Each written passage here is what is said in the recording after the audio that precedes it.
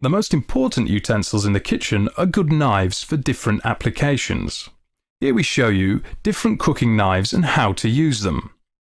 Whichever knife you use, it must be sharp above all so that you can make clean cuts. We place the knife at an angle of approximately 20 degrees to the tip of the sharpening steel. Then, we lead the knife downward in a slight arc over the sharpening steel. And now, let's move on to a few important knives. The filleting knife has a thin, flexible blade, which allows fish and meat to be filleted ultra thinly. The long, thin ham knife with its narrow tapered blade is also intended for very fine cuts.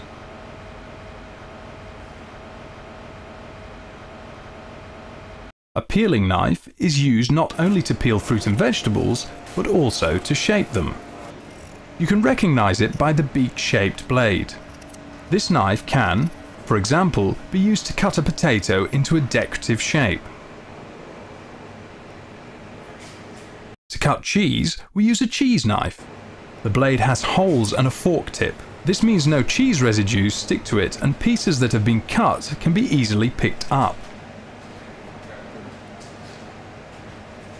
To release meat from the bone, we use a boning knife. It has a short, curved blade that you can easily guide along the bone. To cut meat, on the other hand, a carving knife is used. It is narrow and tapered at the end.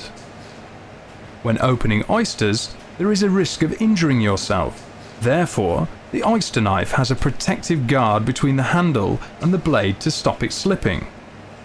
We slide the blade into the hinge that lies at the tip of the oyster between the shells to separate the muscle and open the oyster.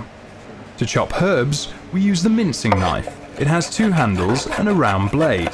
We move it back and forth with light pressure on a board as a base.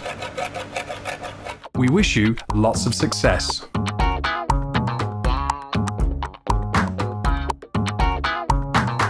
For more inspiration, tips, tricks and recipe ideas, visit our website.